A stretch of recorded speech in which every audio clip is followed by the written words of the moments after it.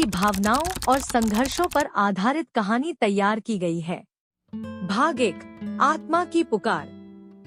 विक्रम एक छोटे से गांव में रहता था, जहां परंपरागत मान्यताएं गहरी जमी हुई थी।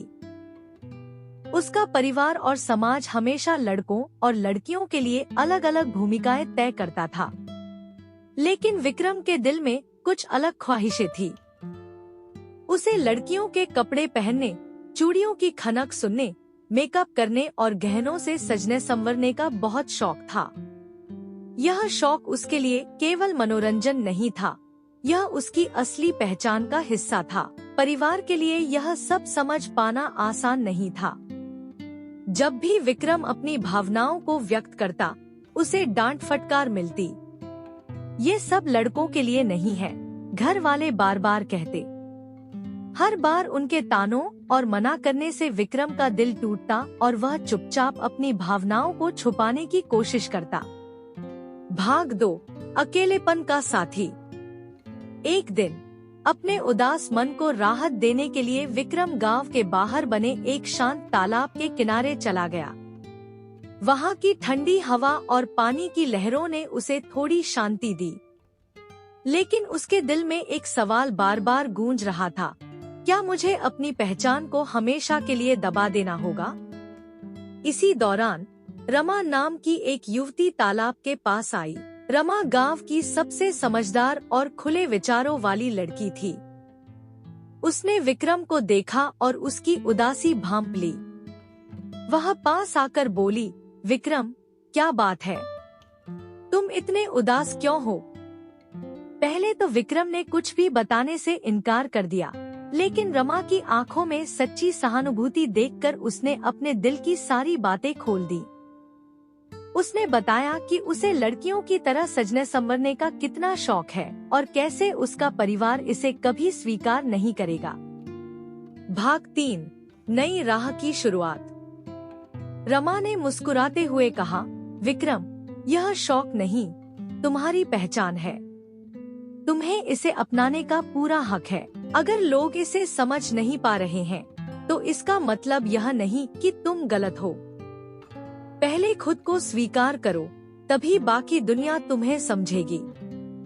रमा ने उसे सुझाव दिया कि शहर में एक ऐसा समुदाय है जहां लोग अपनी असली पहचान के साथ जीते हैं। तुम्हें वहां जाना चाहिए, उसने कहा। भाग 4, अपने लोगों के बीच। विक्रम ने हिम्मत जुटाई और रमा के साथ शहर के उस समुदाय में गया। वहां उसने देखा कि कई लोग अपनी अलग अलग पहचान के साथ खुलकर जी रहे थे। किसी ने रंगीन कपड़े पहने थे, कोई नाच रहा था और सबकी आंखों में आत्मविश्वास झलक रहा था। विक्रम ने पहली बार महसूस किया कि वह अकेला नहीं है। उसने वहां अपने दिल की बात साझा की और समुदाय के लोगों ने उसे प्रोत्साहित किया। उन्होंने कहा, खुद से प्यार करना सबसे बड़ी जीत है। दुनिया को बदलने में समय लगता है, लेकिन अपने आप को स्वीकार करना अभी से शुरू हो सकता है। भाग 5, परिवार का दिल जीतना। शहर से वापस आकर विक्रम ने धीरे धीरे अपने परिवार से बात करनी शुरू की। उसने उन्हें शांतिपूर्वक समझाया कि यह उसकी पहचान है और इसमें कुछ भी गलत नहीं है।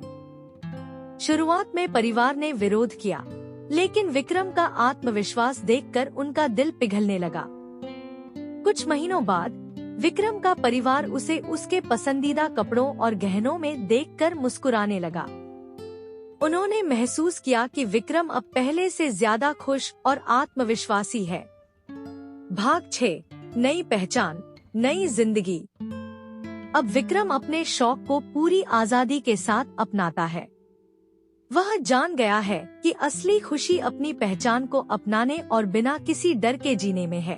उसकी कहानी आज उन सभी के लिए प्रेरणा बन चुकी है जो अपनी पहचान को लेकर संघर्ष कर रहे हैं। यह कहानी बताती है कि समाज को बदलने से पहले हमें खुद को स्वीकार करना और अपनी पहचान के साथ खड़ा होना सीखना चाहिए।